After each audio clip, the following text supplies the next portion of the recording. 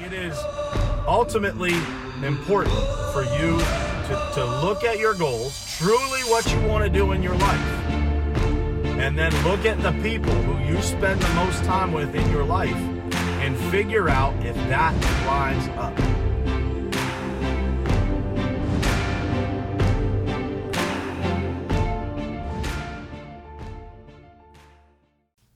All right. Good morning, everybody. It is Friday, September 20th, 2019, which means you have exactly 101 days left to make the very best of the rest of 2019. So today is a Friday, guys, and I can't tell you how many people that I know that blow off a portion or all of, or they just go halfway in because today's a Friday and they're looking forward to the weekend. And we're going to dig into that in a little bit of detail here today. I'm sure some of you guys are looking at the title of this show and they're wondering, man, what the heck does put the cart back mean? Michael Nast, what's happening, man? Good morning, Dayton, Patricia, Bob, Judd, Elizabeth, and Dean. And I'm sure there's some more. Carrie Ann, what's happening, guys? Special shout out to Michael Nast, who was on this stream this morning. So Michael Nast was the very first person to really educate me on this world of social media, pushed me to go and do things like we're doing this morning. So for all of you guys who tune in every single morning here at 7:30, give a special shout out to my man Michael Nast for really making this all possible. So I'll throw him up on the screen here. Good morning to you, my brother, and I appreciate all the help and guidance over the years here, man. I really do. Michael Nast is a great guy if you guys need any type of social media advice. So let's dive into this topic. So today's episode is titled, Put the Cart Back. Man, I even got myself a t-shirt that says Put the Cart Back. That's how excited I am about this idea. And really, it's funny because I get a lot of these put your cart back, people putting their cart back, tagged on Instagram, on Facebook, all kinds of videos of people putting their carts back or finding carts that aren't put back. And it's always been something I've been pretty passionate about. Is it drives me nuts, man, when you get to a store and you find a bunch of carts sitting around, or you can't park in a parking space because somebody didn't put the cart back. And so I like to say there's two kinds of people in the world, right? There's the people that always put the cart back, and then there's the other people. And we're gonna try to keep the show clean today. But I've used a lot of choice words to describe those people that don't put the cart back over the years. And, to me, it's just a symbolism of how you live the rest of your life, right? There's also, a lot of other examples of this. I've heard Andy Frisella speak and talk about people that don't pick things up when they see them, or people that they'll drop a paper towel in the bathroom and leave it on the floor and they don't pick it up. But, at the end of the day, guys, putting that cart back is just, it's a symbol of the rest of your life.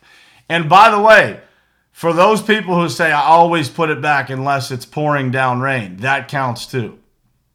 It doesn't matter, guys. It doesn't matter if it's pouring down rain or not. You put the damn cart back where it's supposed to go.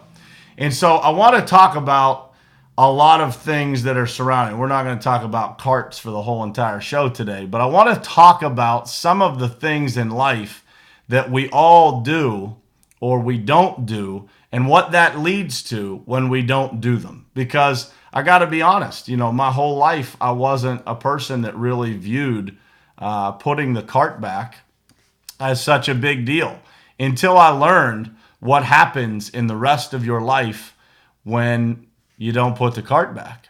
And that's the reality is, guys, is that, when you don't put the cart back, you start to feel not quite as good about yourself. And when you don't do other things in your life, you don't have an organized office, you don't have an organized desk, you hit the snooze button too many times and you start your day off a little bit late every single day. It's about doing the right thing no matter what the circumstances are. And that is a trait that when you find it in people, like when I find those traits in people, I try to find a place for those people in my life.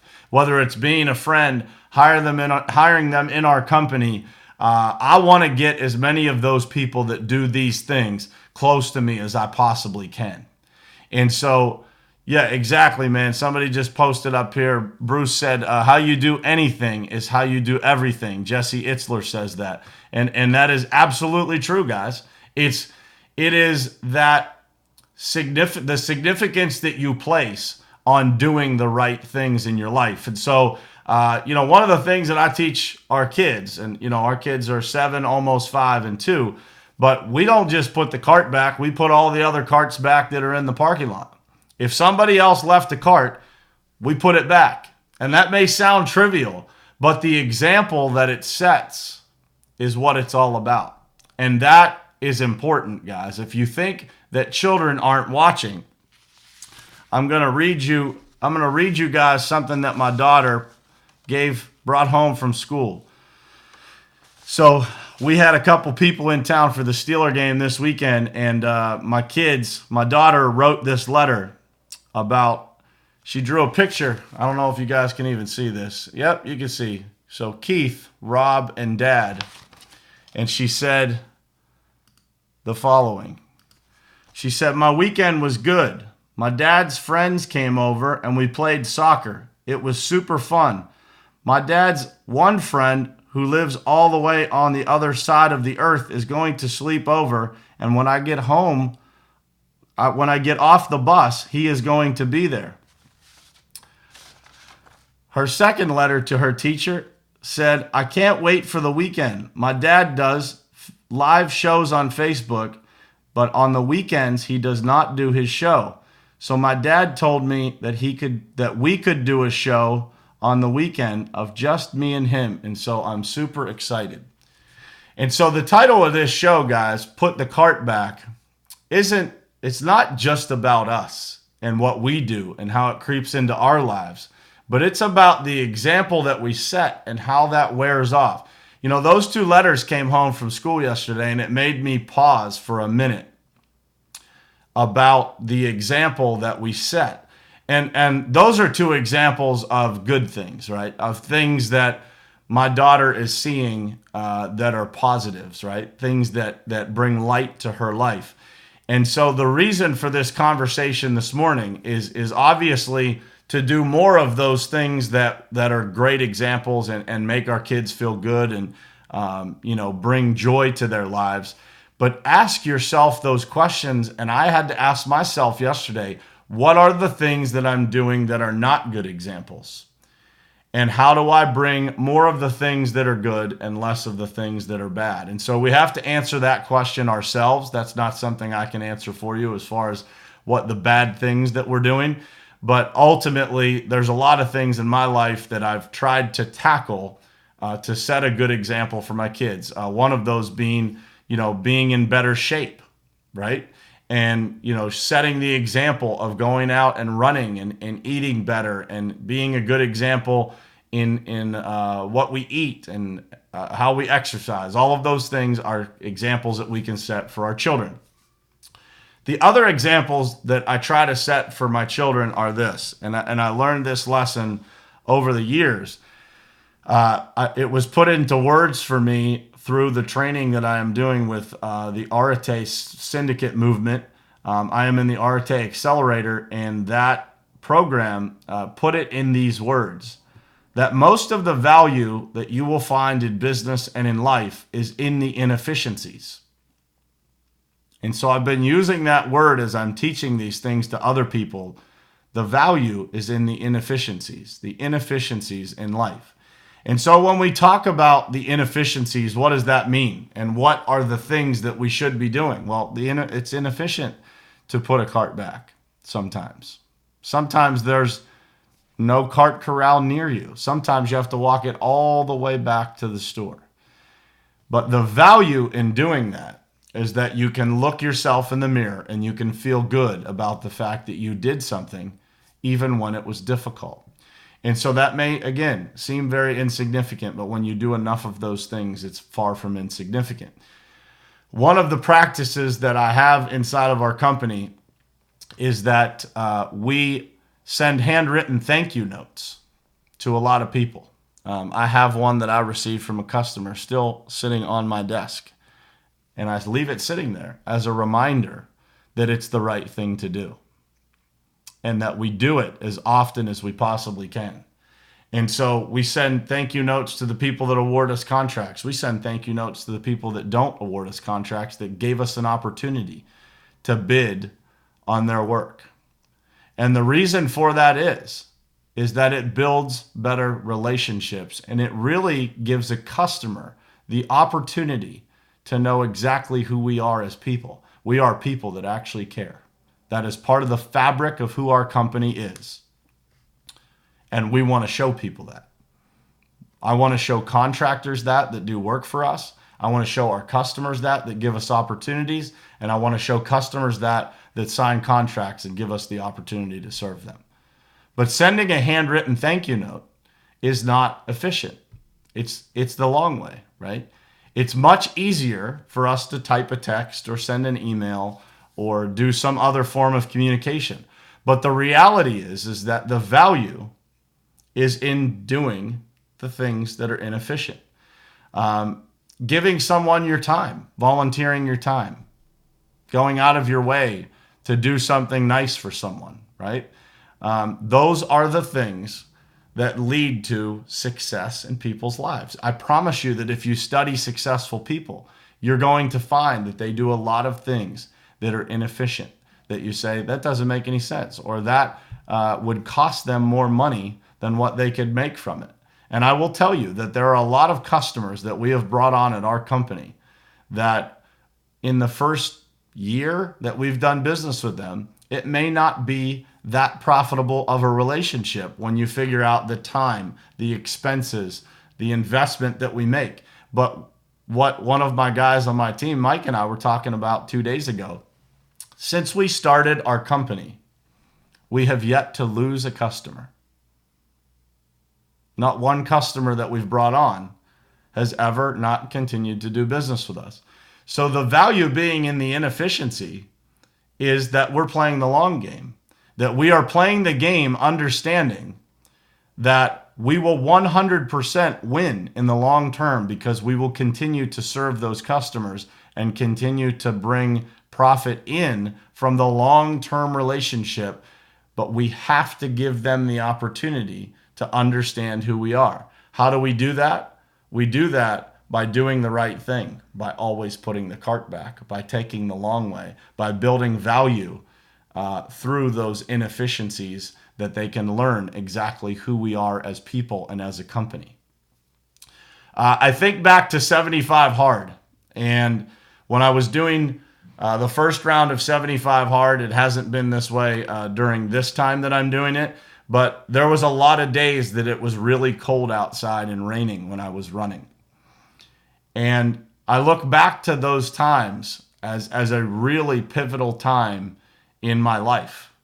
And for anybody who's done 75 Hard, they will probably know what I'm talking about. If you haven't done it, I would suggest that you look it up and you attempt to do it, because actually you complete it. Don't attempt to do it, just do it.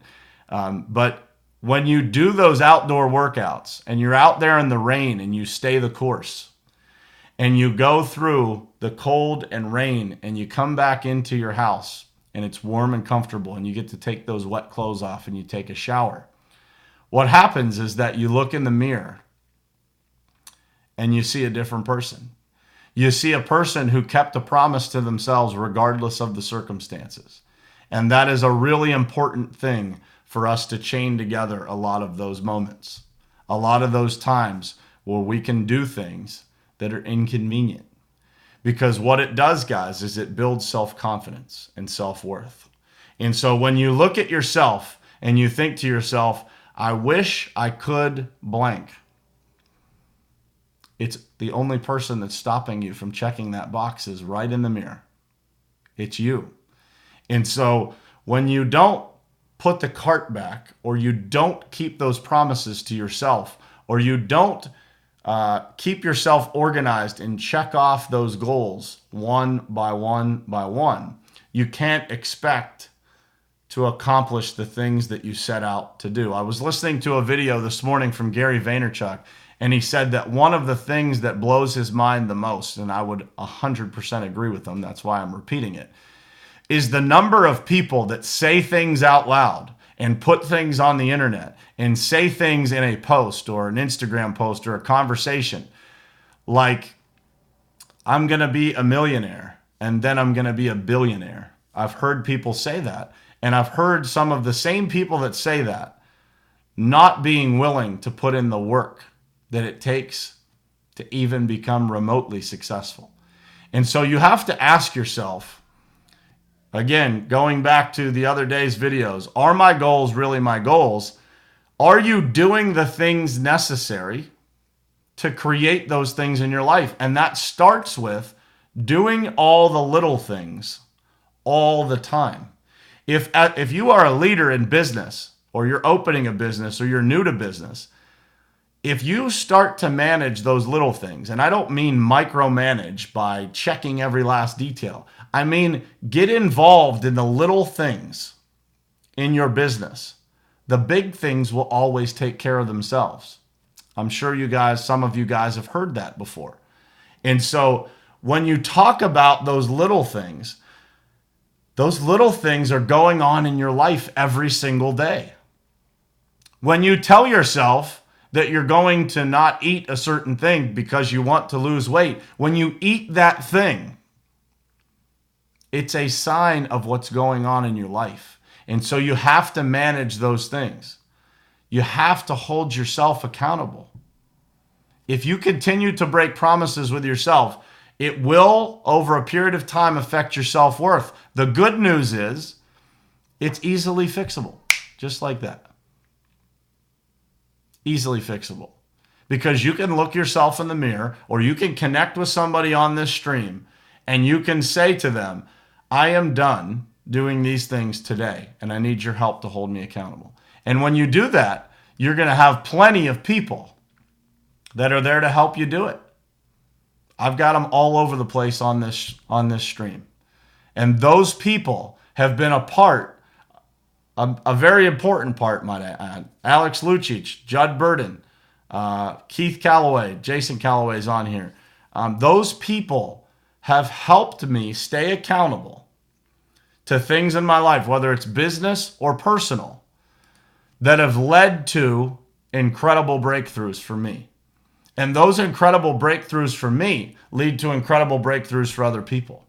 Because once you learn how to do it, and you learn the feeling that you get from breaking through these things, you're going to become addicted to helping other people do it. Some of the other things that I wanted to talk about this morning, I wanted to bring up to you guys, is we all are in a society where people tell us to do more, work harder, just grind. It takes 18 hours a day. And I would tell you that that is true to some degree. Some days it does take 18 hours. But I was told a phrase a long time ago that I want you guys to remember, because putting the cart back, the value being in the inefficiencies, this ties into those things. The quote is this: sometimes you have to slow down to speed up. And sometimes the reason that we miss the details is because we're moving too fast for where we're at right at that moment. And so slowing down and taking that all in. Some of the greatest breakthroughs that I've had in business in my life have been after I took some time away from business to go spend time with my family, to take my daughter to New York City, just the two of us, to go out on a date with my wife. And so don't forget, guys, that sometimes the hectic nature of what we create in our lives is because we're not taking the time to pump the brakes. We're not taking the time to do all those little things. And what doing all those little things creates is confidence and momentum. And so if we don't do those little things right every day, everything starts to feel out of control. And when everything feels out of control, it's really hard to drive. It's really hard to get things right. I'm guilty of it. There are times in my life where I have to pump the brakes, catch my breath, and move forward in a more intentional and organized fashion. That happened in our company this year. We were not on the right rhythm, the right course, the right momentum. And so we had to take a hard look in the mirror and say, what are we doing here, guys? We got to get back to the basics. What are the basics? We gotta manufacture new business. We got to follow up on the business we've proposed already. We have to create the momentum necessary to get us back on track. It happens to everybody. Nobody's immune to it. There's no company. If anybody's on here that owns a company, please tell me if there's never been a time that you felt like your company, your team has been off track. The difference between the companies that are really successful, I believe, long term, and those that aren't are the ones that will admit it, look in the mirror, and do something about it. And then share that story. I share that story with you for a reason, because there's accountability to telling it in public. By the way, since that day back in July when we felt wonky, we felt like we were off track, we have tripled the profits in our company from that day to today. My friend Glenn Lundy had a conference called Grow Your Business for God's Sake in Tennessee. And one of the things, I was unable to make it there in person, but I watched the live stream of it. And his opening for that conference was, I want everybody to think about how they can double their income in the next 90 days. What's crazy is from that day to today, our company has doubled the profit that we made this year.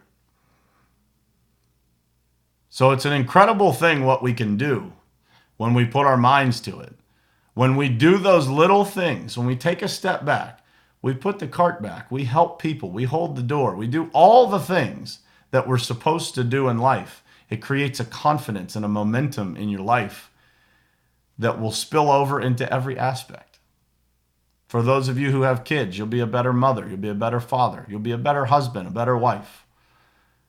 And ultimately, everything in your life will start to get better and start to take care of itself. Because you are taking care of the little things. And so I will leave you with that, guys. Put the cart back. Do all of the things that are inefficient. Help people today. And by the way, it's Friday. Don't half-ass your Friday. Don't half-ass your weekend. Don't sit on your couch all weekend and then on Sunday feel overwhelmed because you have to go back to work, to a situation that there's a lot of things waiting for you. There's a lot of things waiting for you because you're not putting in enough work. You're not creating enough momentum to become super efficient to the point that it all becomes manageable. We all go through those periods. They're just periods. It only becomes your life if you allow it to stay that way. And so all these little things that we talk about, they matter, guys. All of those little things in your life matter. And the greatest gift that you get in this life is that you are 100% in control of all of it. You just have to make a decision. And you have to surround yourself with people who help you stay accountable to those decisions. I hope you guys have a great Friday. If you have not shared this or tagged somebody in the comments yet and you're watching this every day, shame on you, because we're trying to help people here. And the only way that we can help people is if you guys click the share button. Click the share button. You're going to introduce more people to this show. I don't think anybody can say that somebody can't get something that will help somebody's life from the things that we discuss on this show. So I would appreciate it if you guys would share it. It's available on every podcast platform. It's available on YouTube if you want to watch it back afterwards and you don't want to watch on Facebook, go over there. A lot of people spend a lot of time on YouTube. It's available on iTunes, Spotify, Stitcher, SoundCloud, TuneIn, all kinds of places. In fact, you can ask that Amazon device. I got one on my desk so I can't call her by name or it will start going crazy on the show here. But you can ask to listen to this podcast through that device, and it will bring it up for you.